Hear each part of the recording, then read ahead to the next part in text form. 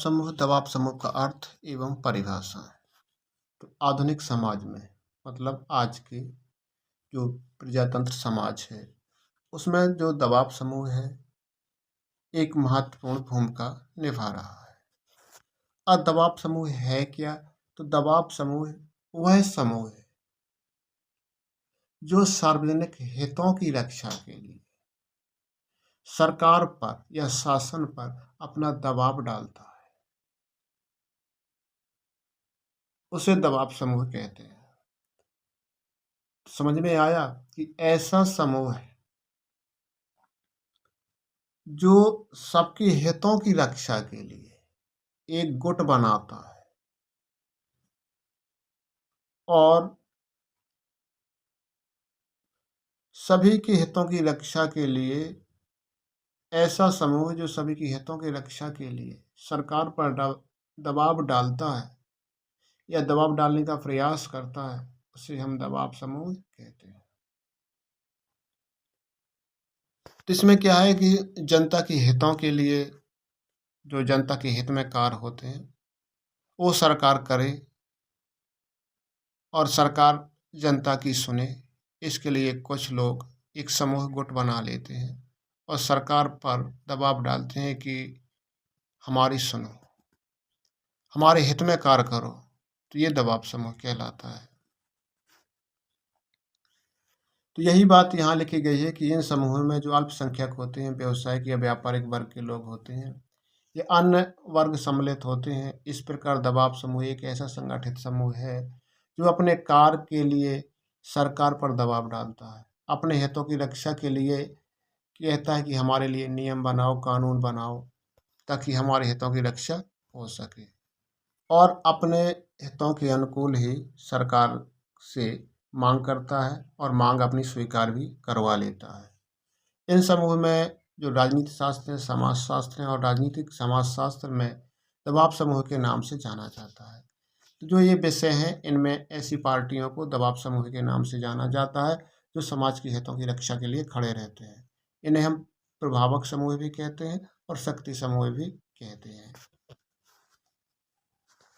दबाव समूह की अब ये परिभाषाएं हैं, तो परिभाषाएं आप जैसे विनर्स के अनुसार है, कैसल्स के अनुसार है, तो इसमें हम देख लेते हैं एडरमैन के अनुसार। तो दबाव समूह वह स्वैच्छिक समिति है जिसके सदस्य किसी के हित के बचाव के लिए एक दूसरे से आपस में संबद्ध रहते हैं, मतलब जुड़े रहते हैं। तो ये इसकी परिभाषा है।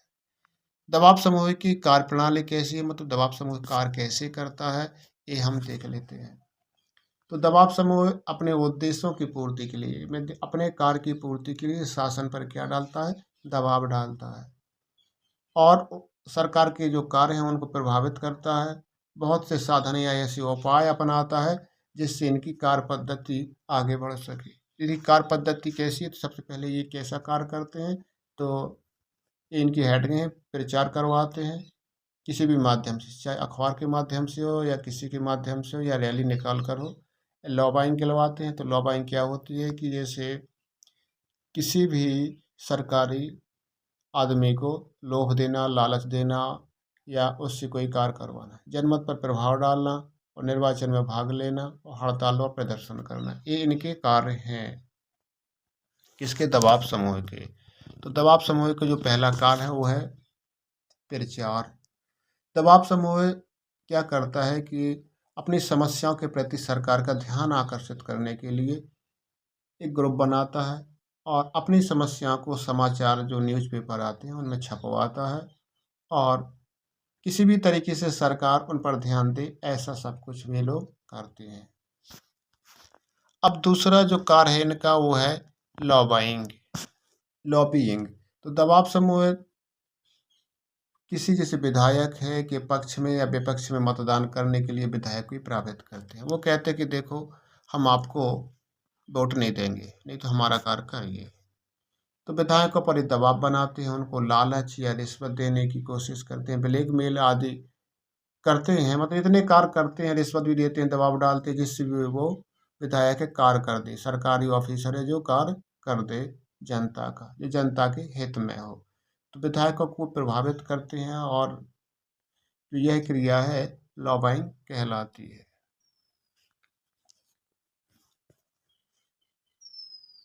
जनमत पर प्रभाव डालना, तो इसमें क्या होता है कि जो सरकार को प्रभावित करते हैं कि हम अधिक लोग हैं, हम आपके वोट नहीं देंगे। इस प्रकार से ये दबाव बनाते हैं और जनता को अपने पक्ष में कर लेते हैं और जनता के संपर्क में हमेशा ये लोग बने रहते हैं। कौन? जो जनता का हित चाहते हैं, जो ग्रुप बनाकर रहते हैं और सरकार पर दबाव डालते हैं। ऐसे लोग लोगों के संपर्क में बने रहते हैं। अब जो चौथा पॉइंट है, जो ये दबाव समूह के लोग हैं, ये क्या है कि चुनाव जैसे होता है उस चुनाव में खड़े हो जाते हैं और यह कहते हैं कि भैया हम आपको जिता देंगे, हमारी ये समस्या सुन लीजिए और हमारा ये कार्य कर दीजिए। तो जिताने में सहायता करते हैं, चंदा इकट्ठा करके उन्हें देते हैं कि भैया आप जीत जाओगे, हमारा नेता हो जाएगा तो हमारी सुनेगा, हमारे हितों की रक्षा करेगा। अब 5 माह हड़ताल प्रदर्शन, तो इसमें क्या होता है कि जो दबाव समूह के लोग हैं हड़ताल करते हैं, प्रदर्शन करते हैं और सरकार पर दबाव डालते हैं और शासन को प्रभावित करने का प्रयत्न करते हैं कि भैया हमारी सुनो। सब हेडिंग में यही है कि भैया हमारी सुनो। न्यायालयों की सहायता करते हैं दबाव समूह, कभी कभी अपने हितों के प्रतिकूल होने वाले किसी शासकीय कार्य पास हुए विधेयक को खत्म करने के लिए न्यायालय की शरण भी ले लेते हैं। अब जैसे सरकार नहीं मानती है, सरकार ने कोई ऐसा नियम बना दिया कि जिससे समाज के हितों की रक्षा नहीं हो पाए, तो लोग क्या होते, ये दबाव समूह वाले कानून की शरण में चले जाते, कोर्ट चले जाते, वहां से फिर ये लड़ाई लड़ते हैं। अब है राजनीतिक दल एवं इसकी परिभाषाएं। यह राजनीतिक दल, उनका अर्थ, उनकी परिभाषा है। तो राजनीतिक दल, जैसा कि इसके नाम से स्पष्ट है कि जो कुछ व्यक्ति होते हैं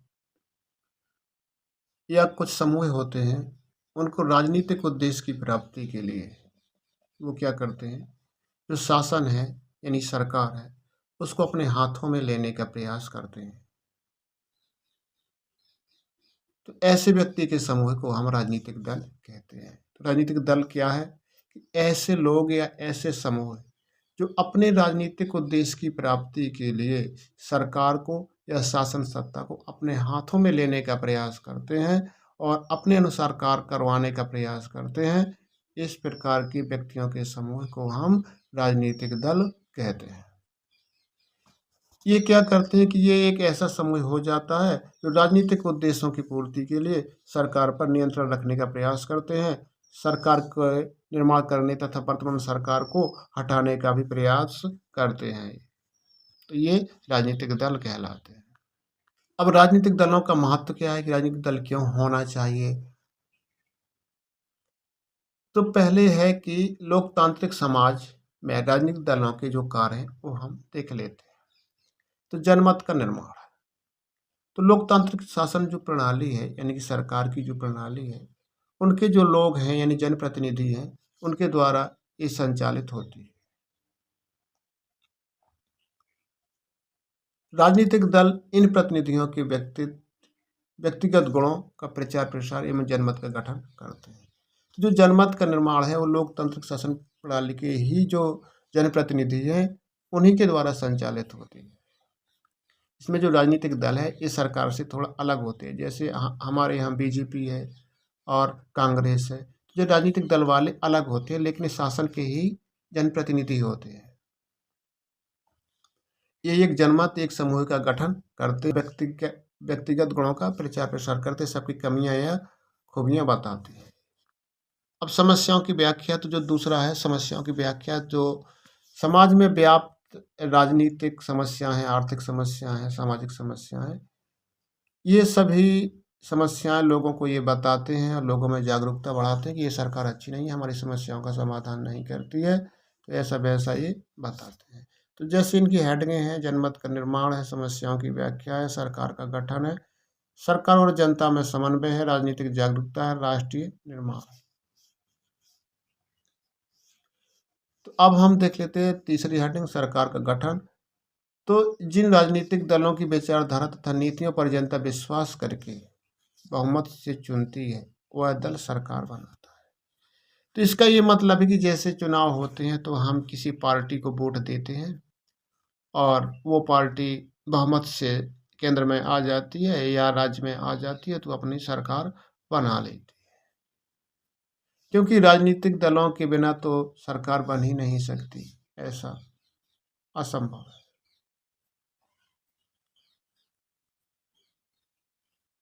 तो ये राजनीतिक जागरूकता हो गई थी हेडिंग्स में, और राजनीति निर्माण हो गया था, राष्ट्रीय नीति का निर्माण हो गया था, संविधान में परिवर्तन, स्थानीय संस्थान का प्रोत्साहन। अब चौथी हेडिंग है सरकार और जनता का समन्वय। तो जो सत्तारूढ़ दल जनता तथा सरकार के बीच क्या होता है, एक समन्वय होता है। जो हमारे राजनीतिक दल होते हैं और सरकार के बीच एक संबंध होता है।